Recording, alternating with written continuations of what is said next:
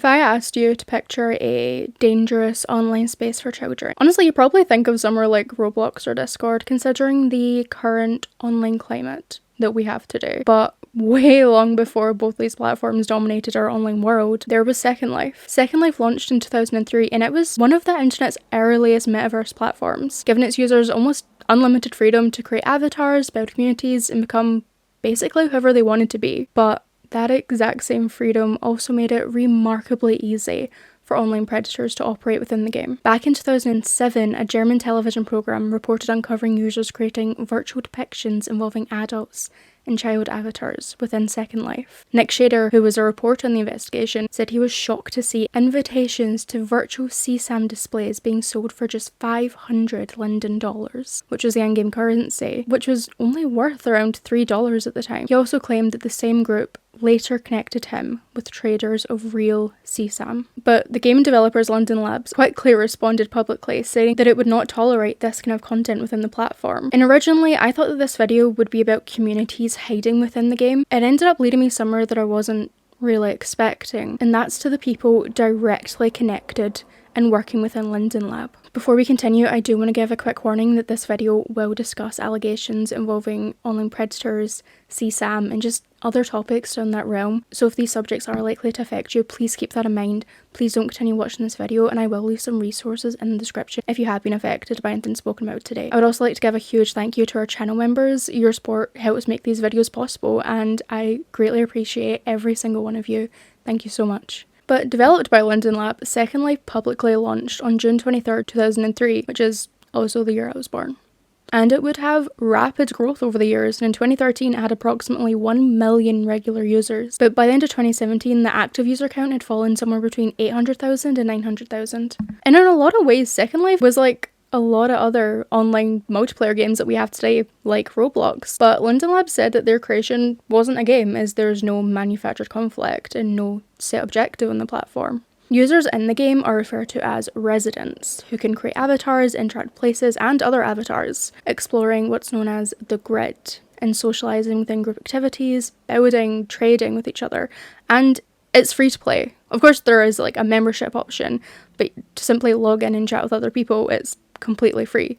I don't know about anyone else, but I remember like years ago there was ads for Second Life all over YouTube. Like, you know, like the banner ads? Or like any website I logged into, there was ads for it. It was sort of like in competition with IMVU, which that's just a whole other can of worms that I'm not going to open today. But the 2007 investigation brought a lot of widespread attention to the fact that real-life predators, along with people interested in virtual depictions involving these acts, could be found within Second Life. And while Linden Lab's firm public response did a whole lot to reassure the wider user base, the reality is that the situation didn't and hasn't improved. If anything, following the closure of their teen grid and its vetting process to make sure that only minors could access it, as well as the complete failure and eventual removal of the verification system, those seeking to engage in these acts online have found it easier than ever to not only create virtual depictions, but also to interact with real-life minors on the platform. Within the game, some avatars take part in activities such as robbery, while certain services centered around age play and adult clubs make up a significant part of the social spaces on the platform. The clubs often include disturbing or potentially illegal themes. In an article published at the same time as the 2007 investigation, one user named Sasimi Wishbringer is mentioned, who is a service worker whose avatar resembles an 8-year-old girl. 3 years before that, Linden Lab did intervene and removed some of the content that Sasimi had been distributing for profit, stating, "Most every adult service place bans the use of child-looking avatars in these acts. The problem is there is no set child avatar or adult or anything.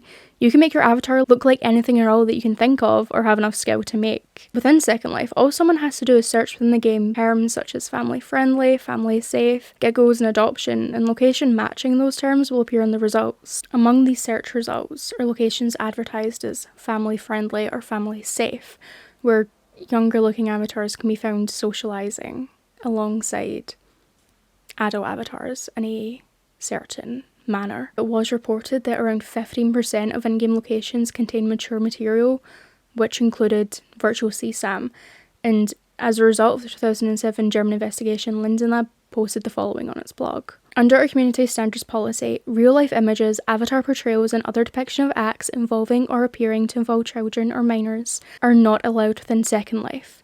When detected, individuals and groups promoting or providing such content activities will be subject to sanctions, which may include termination of accounts, closure of groups, removal of content, and loss of land or access to land. Less concerning at a first glance are the other locations aimed at child avatars that can be found through the search function. Next Gen Adoption Agency, along with other similarly named adoption themed locations, feature prominently as places where users connect with one another and find family roleplay opportunities, some of which can later develop into prohibited roleplay. I do want to make it clear that not everyone in Second Life who uses a child avatar or takes part in family roleplay has any interest in these inappropriate behaviours, and many people at the locations genuinely don't engage or seek out on that activity. I mean, we have it in Roblox too, which, again, I'm not opening that today, but family roleplay is something very, very common, and it's not unheard of on any other game platform. But individuals who are interested in these forms of roleplay are known to use these locations as a sort of starting point to meet other people. And because real life minors may also be present in these spaces, they remain the most concerning areas within the platform.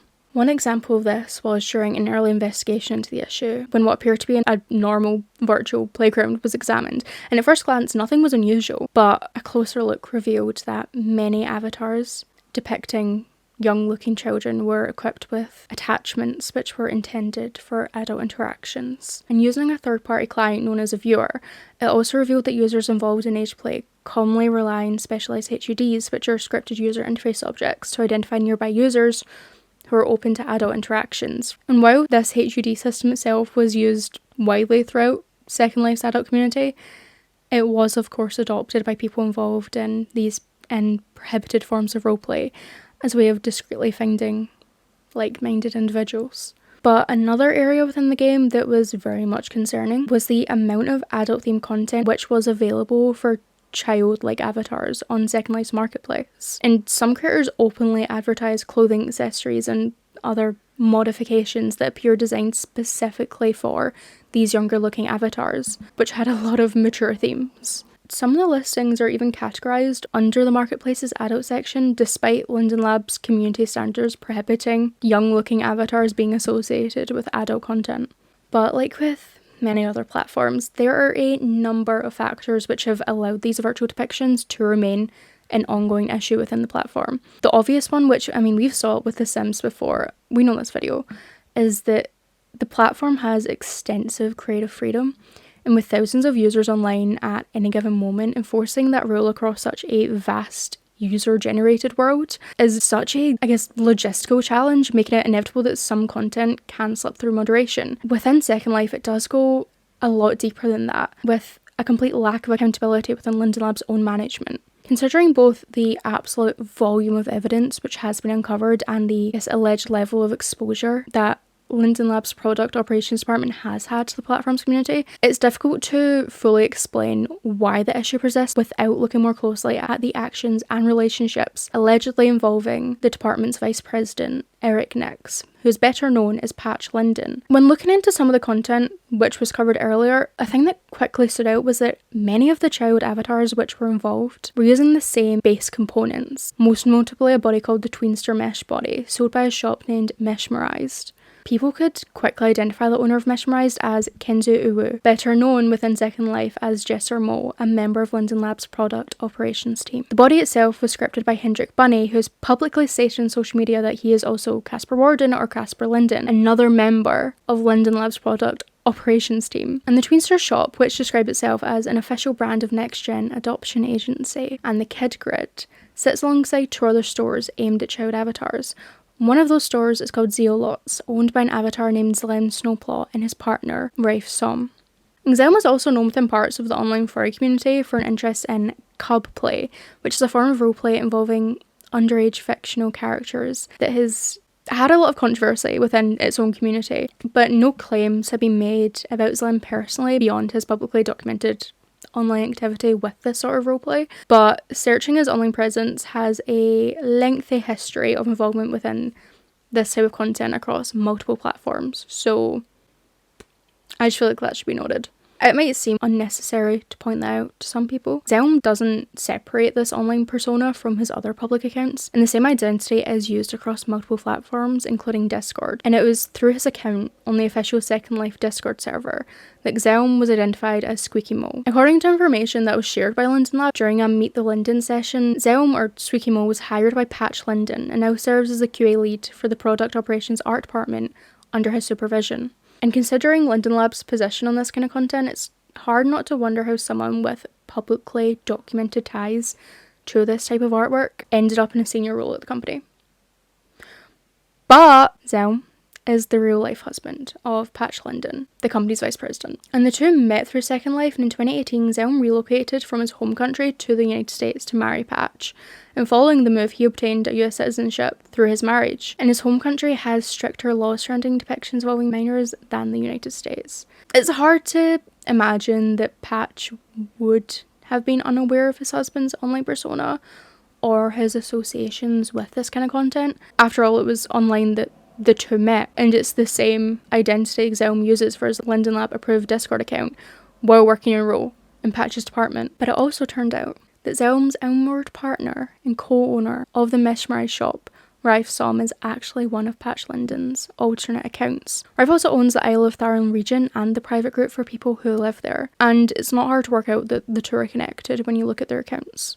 The Raif Som account gives Patch Linden complete control over the Isle of Tharon region.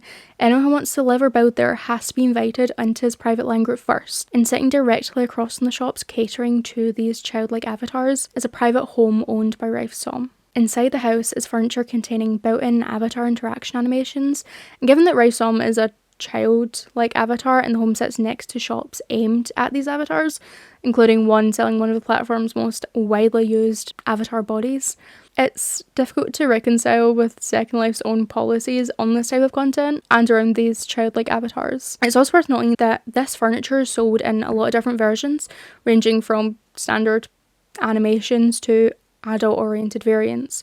And the versions found in the Raif Som home are intended for adult roleplay, meaning that the furniture was a deliberate choice. There was a bigger concern found within the building next to Patch Linden's home, and a nearby locker room artwork depicting dumb-looking boys was displayed on the walls, and it directly conflicts with Linden Lab's own policies, yet it was located just steps away from the virtual home of the company's vice president of product operations within his own private region. And an even bigger concern was found above the region in a large skybox. And the area was designed like a sci-fi school with a lot of classrooms surrounding this grassy courtyard, and spaceships sat on the rooftops. The classrooms contained rows of desks, and the walls were decorated with artwork by a science fiction artist, Simon Stellinghag.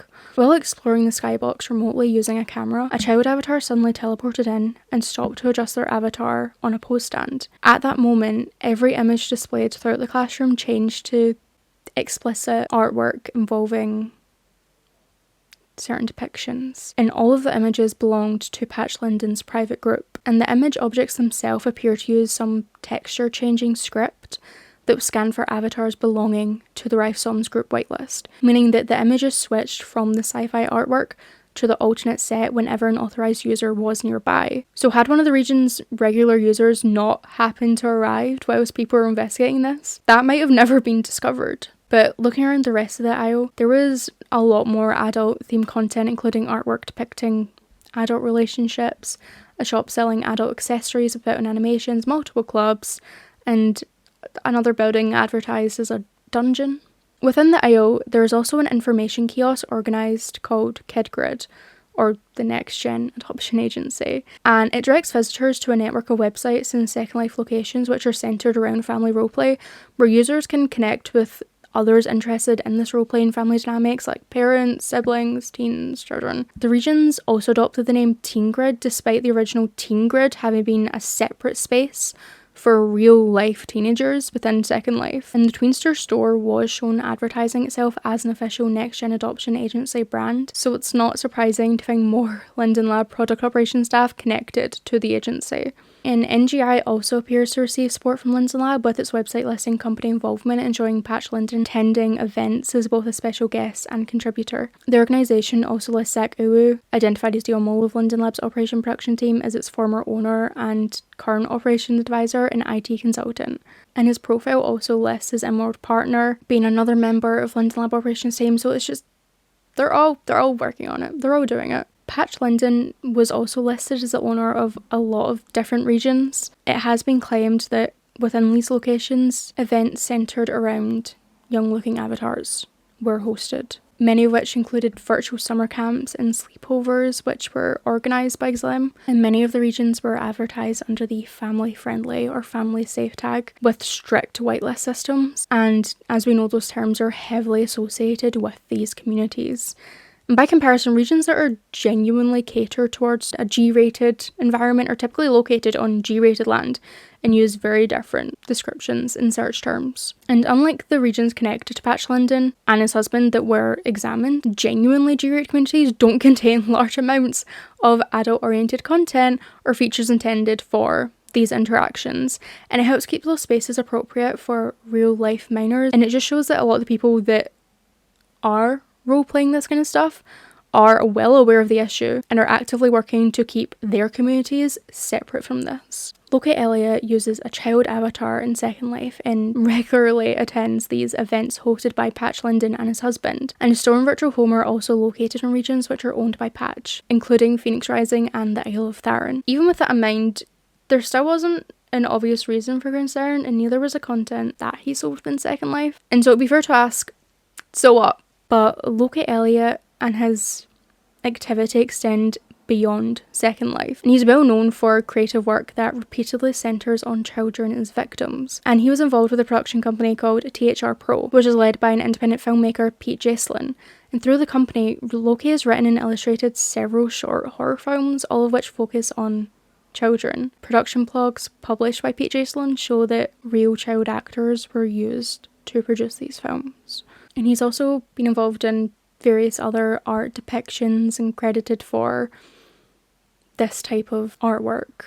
And users featured in Linden Lab's official media, particularly blog posts, apparently go through a very thorough review process. And that includes not only what they're featured for, but also their public background and their online presence out with Second Life. And that would make sense for any platform and any company to do, as anyone highlighted by the company inevitably becomes a public face for the platform.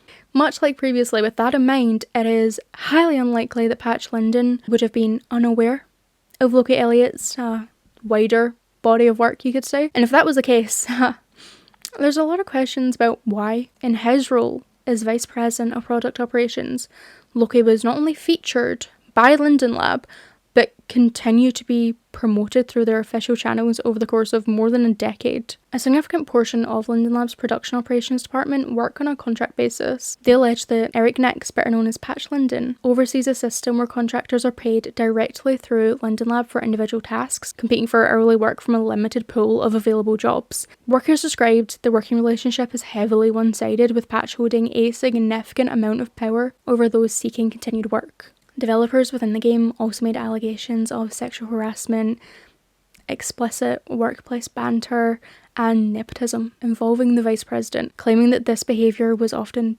tolerated or even encouraged within the department. And they described the workplace culture as being heavily dominated by men, and said it fostered an atmosphere where some employees, particularly women, felt intimidated or even spoken down by both the vice president and his husband.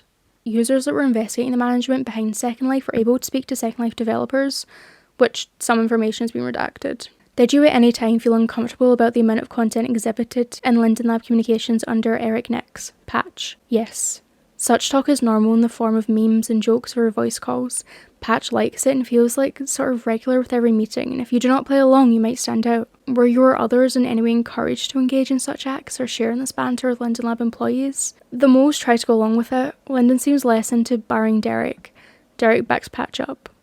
Derek Morris is the product operations manager at Linden Lab. Did you consider speaking to human resource regarding the hyper-explicit atmosphere of the department during your time with Linden Lab? I was told by Derek not to speak to LLHR, as it would cause too much trouble. There's nothing we can do about it other than accept it or be fired. Was there ever a time where a Linden Lab employee stepped out of line with what you thought was ethically responsible? This includes state laws, the Linden Lab Code of Conduct, and the Second Life Terms of Service. Yes, there was a time when Pat showed up with a tween avatar on a different account. When we checked the avatar attachments, it included an invisible attachment, which breaks the rules on Ageplay big time. There were a few moles who saw him, and we discussed it in Discord, though we did not trust one another as it seemed some were already aware of this and acting cagey. He swapped avatars but seemed to be testing us. I was really scared that we'd become involved in something really bad. Allegedly, it was noted that Sejong Linden used to take real-life minors from the teen grid to the main grid to engage with them, and that there were allegedly regions suspiciously marked not to be investigated for abuse reports by a high-ranking Linden. A lot of the reported material which has been marked as removed is still up on the site.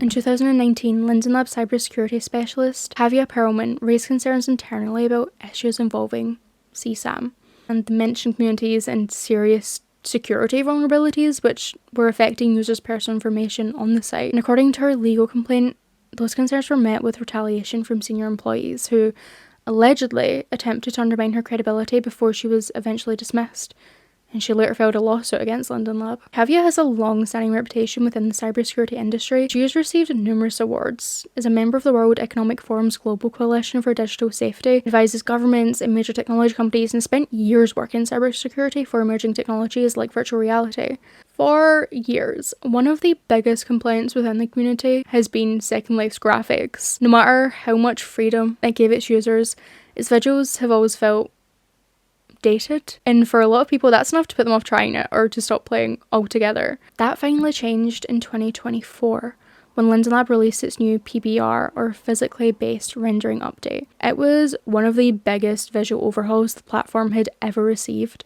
giving objects, avatars, and the world itself much more realistic lighting and materials. For most players, that's an amazing thing. Who doesn't want better, newer looking graphics? And it's something that they had been waiting on for years. The only reason that I want to mention that here is that they don't just apply to the landscape or the buildings, but they also apply to these young looking avatars. In any other situation that wouldn't be a concern, but given how much more realistic they're looking, that's when you start to worry. And users are already creating statues and NPCs using textures taken from photographs of real people, including children, to make them look more lifelike. The distinction between, I guess, virtual material that closely resembles life becomes a lot more murky.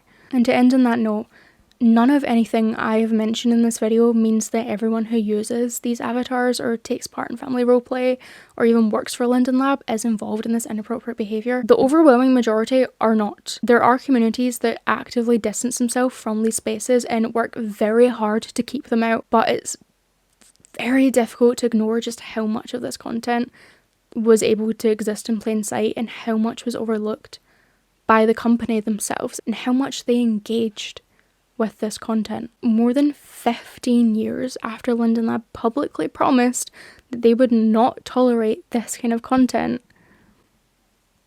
we're still here. I do want to note that I briefly mentioned it, there have been cases of real life minors being harmed in this game, and I didn't want to get into that today because I wanted to focus purely on the, I guess, management behind the game. But I would like to look into this more, so if you have any experiences, please reach out to me. I'll leave my contact information in the description. I would very much appreciate it. Please take care. Thank you so much for listening. Please, if you have any information, drop them in the comments, send me an email. Please take care. Thank you so much for listening. Bye.